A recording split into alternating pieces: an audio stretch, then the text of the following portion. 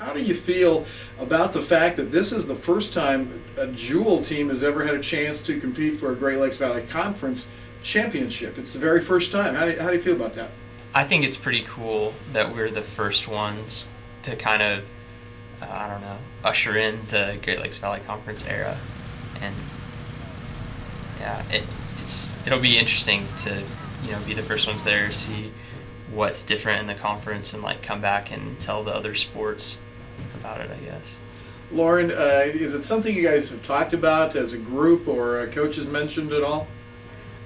Yeah, we talked about how because we have the opportunity to race at the conference level, none of us other sports really get that chance, that we have an opportunity to give Jewel a really good reputation and like a good start in the NCAA. Has that been something that you've looked forward to? I mean, because you've had a chance to compete a lot against a lot of Division I and Division II teams. Is this unusual for you? No, coming in as a freshman, Coach Tom was a new coach, and so having a new start there was kind of like a new start now as a senior. So I'm glad that we get to lead with that tradition. Grant, you talked a little bit about this is your longest road trip you'll have taken as a Jewel competitor, either track or cross country. And is that a good thing or a bad thing? Well, I really like everyone on the team, so it's a good thing. I guess if I didn't like them very much, then I probably wouldn't appreciate being stuck in a van with them for several hours. But no, honestly, as a team, and you see it with soccer and volleyball and football, they take these long trips, and cross country and track hasn't got to do that. And so I think it's, a really important time for us to be able to do some of that team bonding that, maybe just because of the nature of our sport, we don't usually get to do. Yeah, that's a good point. When you go out on the road, and most of your meets are on the road, the courses differ. Do they vary a great deal? Yeah.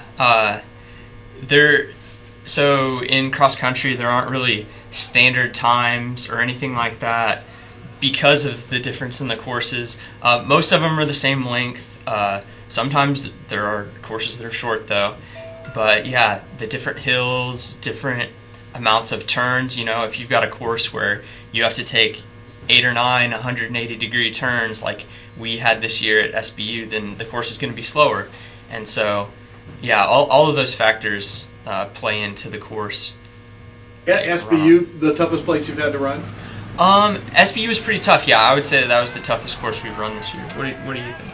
Yeah, I'd say either the 180-degree turns, or I'd say the larger hills at like Woody Greeno. Okay. Tell us a little bit about your family and what you're majoring in here at Jewel.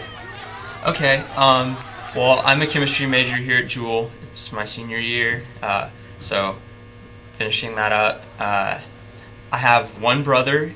He is a sophomore at Emporia State, and he's doing computer science. My mom and my dad both live at our house in Chanute, Kansas.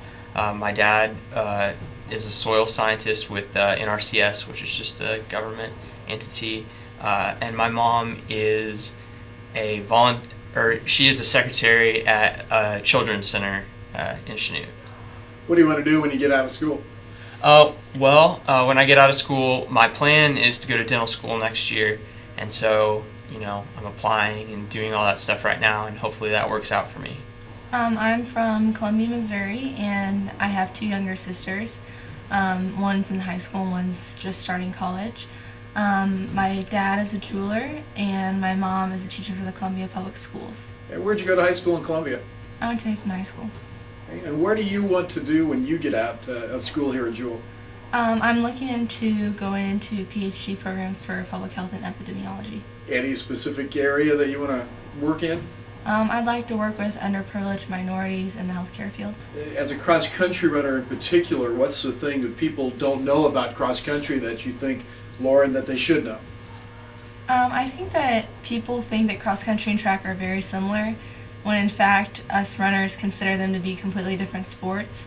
You train differently for them, you race differently, and your mentality is so much different, and your courses differ so much from track. Talk about that training, the difference, if you would. In track, it's just a 400-meter track, and you always race on that. But in cross country, you have hills, you have You have to utilize the distances. If there's a turn that's really sharp, you want to take the easiest tangent so you're not adding as much distance to your race. There's a such thing called pack running where you try and strategize and pass other teams as they start to get tired. I get that. How about the team aspect to it? Is it a lone person sport, or can you have some team strategy? No, it's definitely more of a team sport than track because in cross country, the top 5 scorers complete a team score, and that's how you rank. And it depends also on the 6th and 7th runner because you need their scores for tiebreakers if you have the same top 5 score as another team. What's your training regimen like for cross country, especially like in the off season? The off season, we have just sort of a basic like we get miles in. We have weekly mileages that we're supposed to hit. At the beginning of the summer, there's not as much as far as workouts go, and then the off season is just everything's part of our training progression. So the off season, we have different phases that we go through, and the workouts, increase in intensity as we move through the off season. Then obviously pick up in the regular season, and so right now we're in sort of a peak performance phase where we're doing things to fine tune our running, and so. You guys both run in the spring, winter and spring in the track program? Yes. Yeah. Grant, what are your events in track?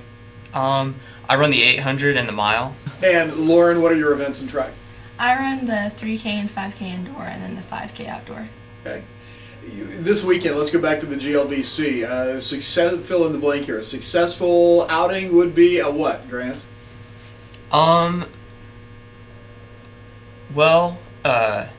We raced against some conference schools last week, and so we kind of know where we stand relative to some of the teams.